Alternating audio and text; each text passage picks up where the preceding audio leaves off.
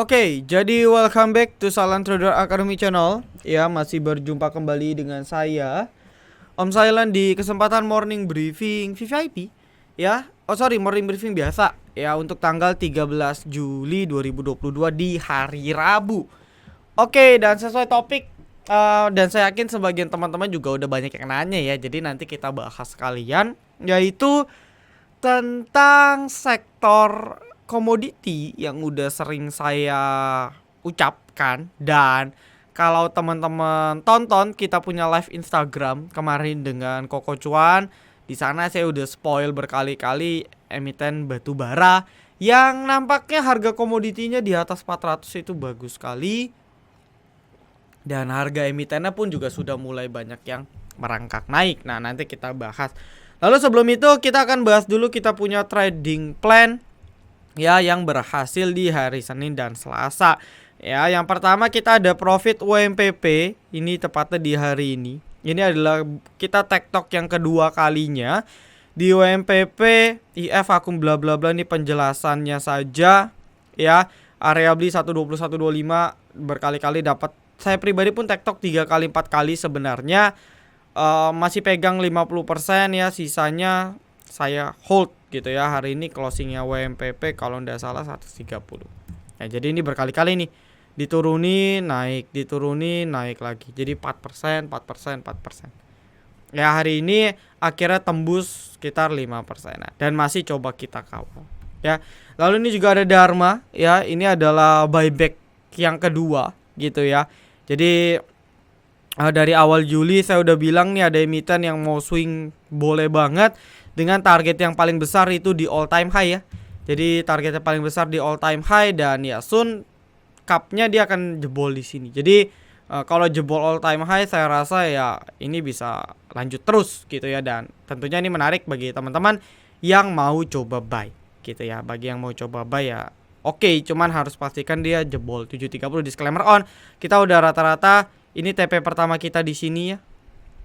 TP pertama kita di sini untuk Dharma, lalu kita buyback lagi di sini, ini TP kedua. Jadi kita posisi udah floating ya, jadi teman-teman bisa diperhatikan. Oke, lalu buat teman-teman yang mau download mobile apps kita dipersilahkan gitu ya. Banyak watchlist gratis yang bisa kita informasikan secara gratis tentunya. Lalu yang mau join VVIP silakan, masih harga promo bukan harga ini, jadi masih pakai harga lama. So kalau Anda mau join silakan ya. Oke, lalu berikutnya kita akan bahas requestan dulu kali ya, atau langsung market. Oke, untuk pembahasan market sebenarnya outlooknya masih sama ya. Saya pribadi dan saya rasa kita semua butuh yang namanya validasi ya. Kita butuh yang namanya validasi apakah market akan lanjut turun atau dia sebenarnya cuman ngeprank aja turunnya beberapa waktu terakhir. Namun per detik closing market di hari Selasa ini saya belum menemukan jawabannya. Sebenarnya secara teori saya bisa bilang ini confirm breakdown.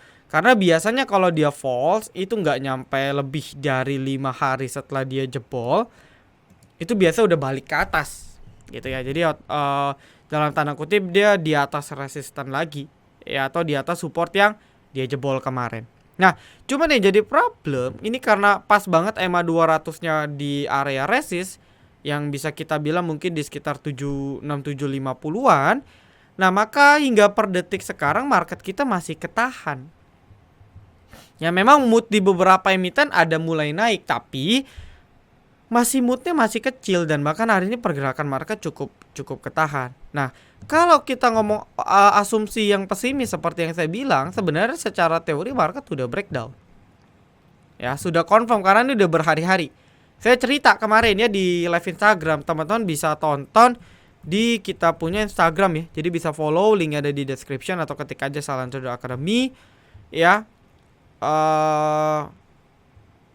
Ya di video kita yang ini, kalau teman-teman mau tonton, di sini saya udah cerita nih bahwasanya dari dulu ya beberapa kali market coba jebol EMA 200 sejak September atau Oktober 2020, saya lupa, bisa dicek. Itu selalu rebound hari besoknya atau lusanya pasti langsung balik. Dan reboundnya pun kencang di atas garis EMA. Tapi ini udah 5 hari pun nggak tembus-tembus, nggak balik close di atas SMA 200. Jadi secara teori kemungkinan jelek pertama dia cuma uji resist, sudah uji lanjut turun. Ya, ini yang paling possible gitu ya secara teknikal kalau ngomong secara teori. Nah, lalu yang teori kedua. Ya, teori kedua berarti kebalikannya. Mungkin nggak Om? Market memang butuh waktu beberapa hari lagi untuk confirm naik. Bisa. Apa yang menjadi driver? Ya, apa yang penggerak market bisa bergerak naik itu apa? Nah, kemungkinan yang terjadi ialah katalis dari emiten-emiten komoditas. Ya, yang mana kita ketahui terutama batu bara dan sebenarnya beberapa komoditi lain itu mensupport banget ya. Dan dengan kondisi bukan pandemik ya, kondisi situasi ekonomi yang sekarang, sebenarnya negara kita masih diuntungkan sekali dengan ekspor komoditinya. Itu terutama batu bara yang paling kelihatan ya.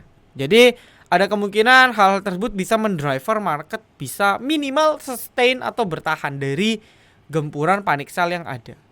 Jadi positioning kedua kemungkinan market berhasil lanjut ya dan uji next resist di berapa? Ya bisa di 6.800 6.900. Meskipun feeling saya kalau dia nggak mampu balik, dia masih bisa potensi turun lagi. Jadi bukannya saya feelingnya market akan turun ya, tapi memang untuk siklus di bulan Mei sampai bulan ya September biasanya market cenderungnya seperti itu. Jadi ya nggak usah berekspektasi tinggi, kita ya realistis aja dan kemungkinan seperti ini nanti. Oke, dia tembus EMA 200 ya, uji dia punya area, kepentok lagi di channel trendline major, kempes turun lagi. Ya jadi mungkin akan ada napas karena katalis misalnya bagi emiten laporan keuangan ya, LKL kaki 2 kan akan rilis di akhir bulan ini. Nah, itu bisa jadi katalis karena saya rasa kinerja market masih bagus ya. Kinerja emiten-emiten big caps di bursa kita masih sangat bagus. Gitu. Jadi ya we will see. So ya trading diatur-atur aja ya. Disesuaikan dengan money management ya. Boleh lah trading boleh kok. Banyak emiten-emiten yang cukup menarik. Oke. Lalu kita akan bahas pertama Breeze Agro. Saya harus cek dulu ya apakah kenaikan ini apakah ada akumulasi atau enggak. Tapi secara teknikal kita bisa lihat ini volume yang sangat lumayan besar. Udah lama banget. Bahkan Breeze ini volume termasuk volume tertinggi ya, hampir tertinggi sejak 8 sampai 10 bulan terakhir. Wow. Volumenya besar sekali. Cuman karena foreignnya ditutup kita belum bisa cek ya. Dan kita harus cek dulu apakah ada inflow atau enggak. Kalau ditanya berita, jujur saya belum dapat beritanya apa. Jujur. Cuman Breeze dan Agro memang sepaket ya. Karena dalam dalam ruang lingkupnya BRI. Gitu ya. Jadi memang dari dulu Breeze dan Agro geraknya barengan. Lalu yang kedua karena emiten ini juga turunnya udah possible sangat gila sekali.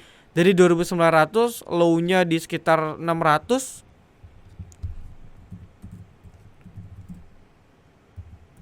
Dua 320 bagi turunnya udah sekitar 80%. Ya. Jadi turunnya udah sekitar 80%. Ini ibaratnya kita invest 100 juta udah tinggal 20 juta. Gitu ya. Begitu pula dengan Breeze yang saya rasa juga turun udah hampir 80% ya. Dari let's say 4.000 ke 1.200 kita bisa bilang. Ya, berarti kan 2.800 bagi 4.000. 70%. Jadi kemungkinan kedua sebenarnya ini adalah implikasi dari technical rebound ya, yang mana kedua emiten ini sudah turun secara signifikan. Ini juga terjadi sebenarnya waktu di awal tahun kemarin. Ya, naiknya juga lumayan ya. Dari 1.500 hampir 1.800. 20%. Ya, cuma ini dalam satu candle dan ini bisa kita cek nantinya karena dengan ledakan volume ya kita akan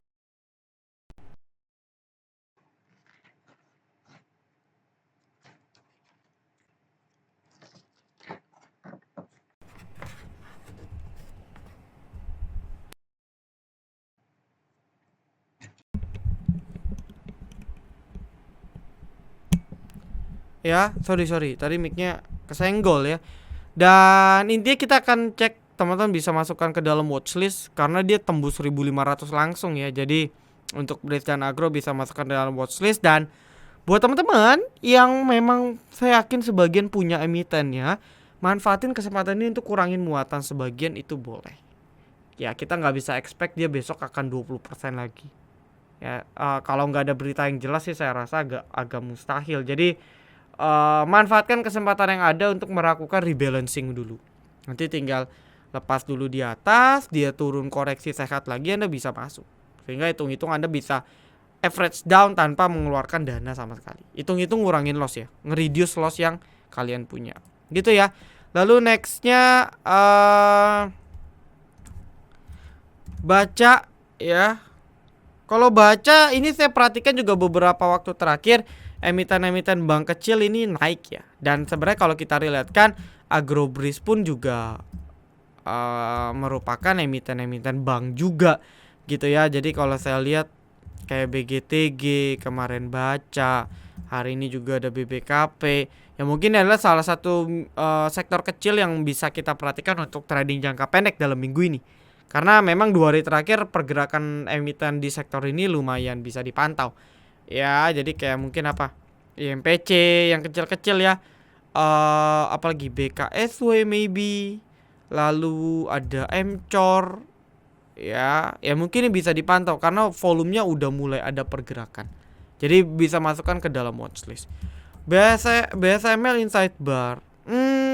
Sebenarnya kalau dibilang inside bar nggak terlalu sempurna ya inside barnya ya. Biasanya inside bar yang pas itu di support dan ya dia di tengah-tengah kayak gini. Nah ini inside bar. Tapi secara teori inside bar ingat ya nggak ada di candle bilang muncul ini besok naik pasti. Nggak pasti. Cuman probability naiknya ya tinggi gitu ya. Cuman nggak ada yang 100%. Ya dan untuk BSML jangka pendek ini ada support low kecil di 975 ya. Ini kayak udah kebentuk nih, berkali-kali nggak tembus. Ya 975 985 ya di atas angka ini masih oke sih. Ya. Dan saya nggak ngikutin polanya dan ini emiten yang sering dipom-pom juga oleh salah satu grup besar. So ya Anda harus memperhatikan juga gerak-gerik grup tersebut kalau mau positioning. Secara teknikal swing low dia tuh di 880. Jadi untuk main swing di atas 880 saya rasa masih oke. Ya, ST ini gorengan yang bisa dimanfaatkan kalau emitennya atau marketnya lagi kurang bagus. Ya meskipun aslinya ini emiten yang likuiditasnya kecil ya. Jadi harus hati-hati. Oke, bisa dipantau lah ya bagi yang main lot kecil. Lalu yellow udah di bawah 100 udah skip ya. Ada low terakhir 84 jebol, silakan exit.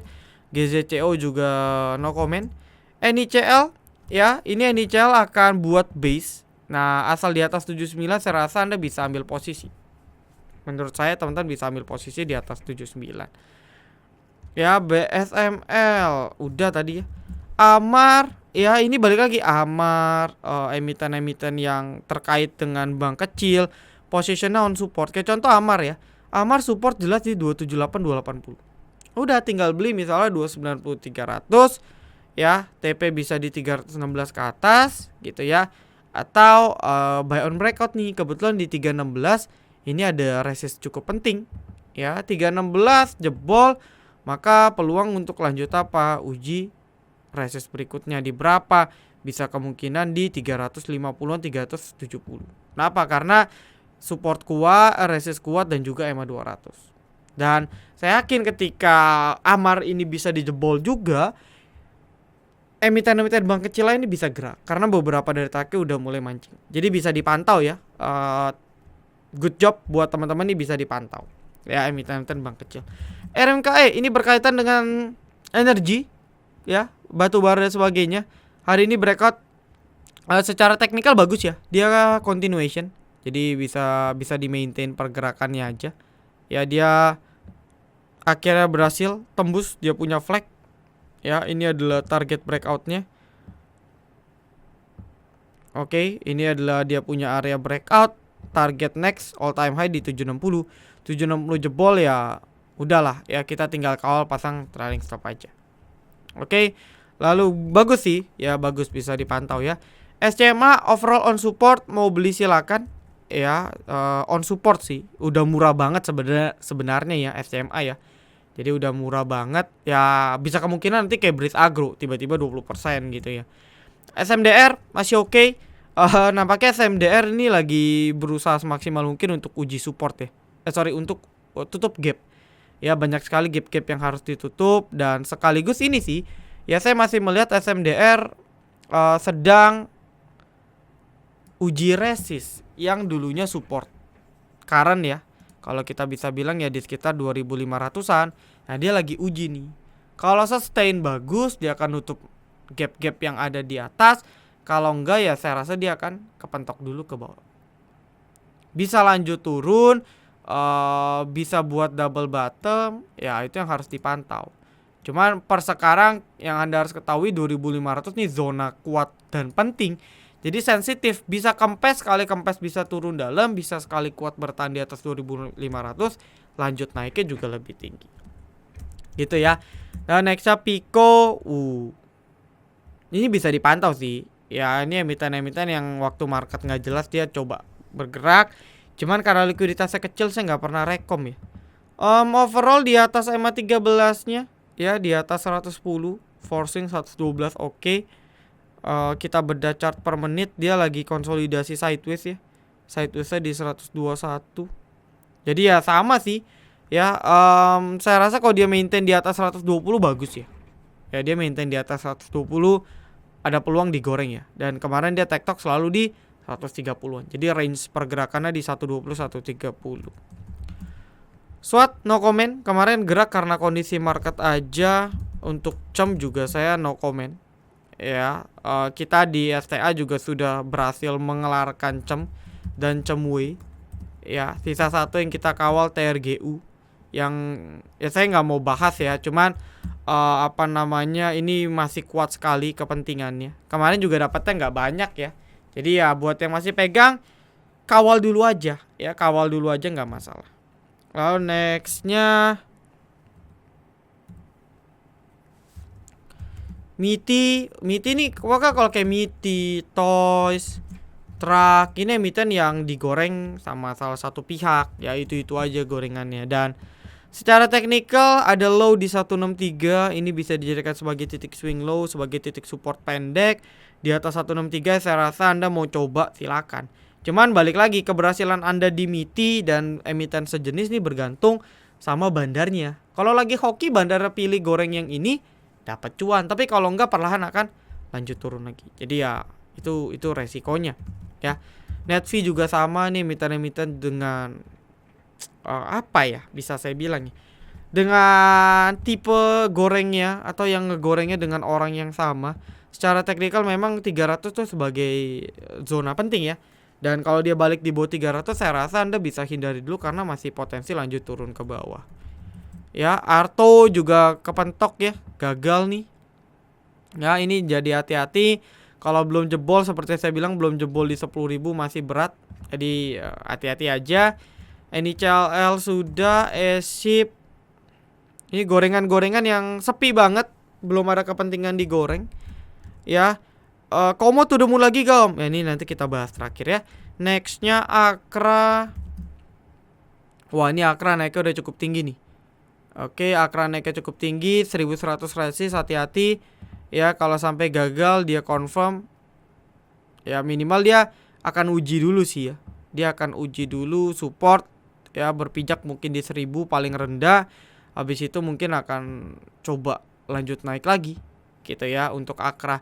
Jadi hati-hati nih kalau ada candle setinggi kayak gini, minimal Anda belinya tuh pas koreksi. Nah misalnya contoh kayak saya ambil tower, ya minimal senekat-nekatnya Anda beli tower, minimal beli pada saat candle-nya kayak gini. Atau kayak gini nih. Nah ini udah bijak, jangan beli pas di atas, resikonya lumayan tinggi. Oke, lalu PNBS. Kalau untuk Panin saya udah lepas sih semua ya, jadi saya nggak ngikutin. Yang paling ketahan nih saya perhatikan itu ada PNBN dan PNLF. Sebenarnya dua ini sih. Ya kalau PNBN kan ininya ya, pusatnya gitu ya. Dan PNLF adalah salah satu dari anaknya. Dan ya sebenarnya yang paling ketahan sih yang ini. Nah kalau kayak PNBS ini situasional ya. Dubai Syariah ini situasional dan ini lebih followers, jadi agak lagging, dia ngikut dari teman-teman ya Panin Group yang lain. Secara teknikal sebenarnya sih udah kurang bagus ya kalau di bawah 80. Ya artinya dia butuh waktu lebih untuk coba swing up lagi ke atas. Ya masih di bawah EMA. Spekulasi silakan sih. Ya ini kan kemarin dia berhasil berekod di 70. Ya 70.69. Ya ini sebagai batas pendek sebenarnya. Jadi di atas angka ini saya rasa masih mencoba berpeluang tektok ke 75.80. Oke, tapi dengan catatan dia bertahan di 69.70. Oke, MAPI sideways, no comment. Ya, posisi masih on support sebenarnya. Lalu nextnya WIM udah patah ya. WIM udah patah di sini, jadi prefer sih lepas dulu ya menurut saya. Lalu nextnya Komo. Nah, kita akan bahas ya. Jadi kalau teman-teman perhatikan emitennya harga batu bara itu semua moodnya arahnya cukup positif. Ya bahkan di kalau kita lihat nih di kontrak bulan Agustus ya sampai bahkan Oktober gitu ya, kontrak per current ya itu masih di angka 400, bahkan di bulan Agustus 426. Jadi kemungkinan besar cuan emiten-emiten batu bara ini masih berlanjut. Dan seperti yang saya bilang tadi berkaitan dengan market, agenda dari emiten batu bara itu jelas. Apa? Rilis laporan keuangan. Nah, mereka biasanya rilis laporan keuangannya cepat. Ya. Q2 itu kan di April sampai Juni. Maka biasa mereka rilis di akhir Juli atau awal Agustus. Which is ya kurang lebih seminggu, 2 minggu, 3 minggu ke depan pasti udah mulai ada pembicaraan LK rilis tuh. Dan bukan tidak mungkin gitu ya. Bukan tidak mungkin akan jadi katalis. Setidaknya market ngegerak tapi sektornya bisa berpeluang gerak. Nah, kalau saya perhatikan mood-moodnya nih bagus-bagus. Kayak ITMG, saya bilang kuncinya aja ya. Bukan berarti saya info Anda suruh HK sekarang. Itu terserah, diatur aja. Kayak contoh ITMG jebol 33500 itu confirm.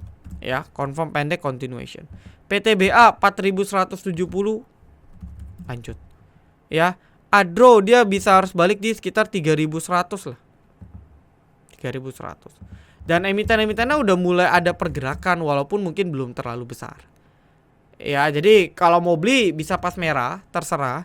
Cuman saya rasa kalau kondisi marketnya dalam kondisi yang optimis, tadi kan kita bahas market kan ada 2 kemungkinan ya.